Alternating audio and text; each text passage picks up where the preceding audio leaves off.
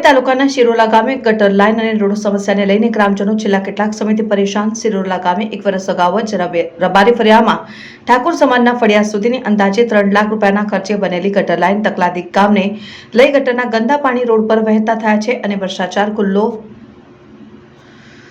પડ્યો હતો અને રસ્તા ઉપર થઈ સ્કૂલે જતા નાના બાળકોને ગ્રામજનોને બહાર નીકળવા માટે ગટરના ગંદા પાણીમાં થઈને પસાર થવું પડે છે। રોડ પર ભરાતા ગટરના ગંદા પાણીને લઈ દુર્ગંધ અને જીવજંતુ મચ્છરોનો ઉપદ્રવ થવા લાગ્યો છે।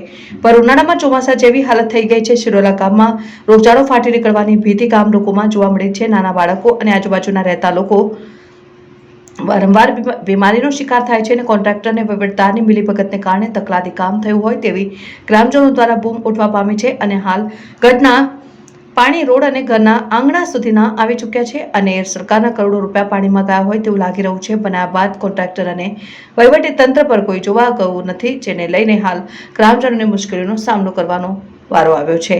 ગુજરાતમાં 6000 થી વધુ ગામોમાં સરપંચોની ટર્મ પૂરી થતા છેલ્લા કેટલાક વર્ષોથી નવા સરપંચની ચૂંટણીના આપવાના કારણે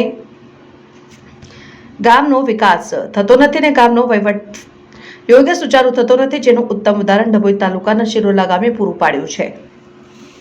ડભોઈ તાલુકાનું આ શિરોલા ગામની અંદર એટલી બધી ભ્રષ્ટાચાર થયેલો છે। ગટર લાઈન કરી તો ગટર લાઈન ખાલી 1.5 ફૂટ ઉપર ઊંડી નાખેલી છે અને ગટર લાઈન ફાટી ગઈ છે। 6 મહિનાથી ફાટેલી છે, કોઈ જોવા આવેલું નહીં।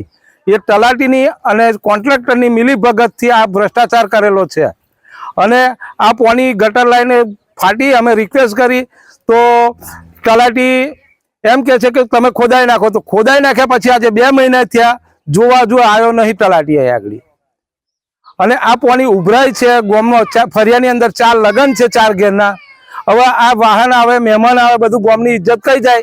બહાર ગામ ફરે ને તો એમને નહીં દેખાતું કે આ ગામની અંદર આ કરીએ, એની લીધે રોડ નહીં થતો। ગટર હેચ કરો, રોડ વાળા એવું કે ગટર હેચ કરો પછી રોડ બનાવીએ અમે। અને છોકરાને સ્કૂલે જવાનું, રોજ 1-2 છોકરા ગટરમાં કાદવ વાળો પડીને આવે છે અને એ થાય છે કે ચાલો એ હોય તો એને એ કરીએ કે આપણે એનું નિરાકરણ, પણ આવા કઈ ઊંઘ જ નથી ઉડાડતા। તો અમારે જવું કઈ આગળ?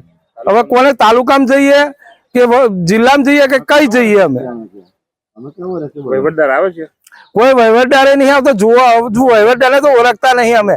આજે 5 વર્ષથી મુકાયો છે વહીવટદાર, કોઈ આવતું નહીં આગળ જોવા। તાલુકામાંથી કોઈ અધિકારી કોઈ આવ્યો નથી। કામ ચાલતું તે કોઈ આવેલા? કોઈ નહીં આવ્યું। કોઈ જાતે આ કોન્ટ્રાક્ટર ને કોઈ તલાટી 2 જણાએ કરી લીધું છે।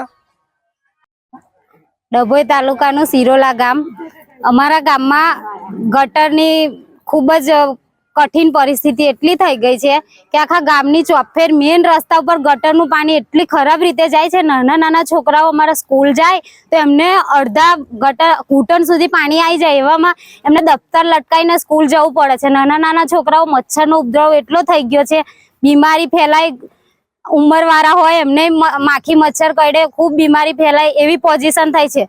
અને જે અમારા ગટરની એમાં એ થયું હતું એમાં ભૂંગરાઓ પણ બહુ નાના વપરાયા છે, મટીરિયલ ખૂબ જ હલકું વાપરવામાં આવ્યું છે અને હું તો રિક્વેસ્ટ કરું છું કે હવે ફરી ગટર લાઈન કરો અને રસ્તાનું સુખ કરો।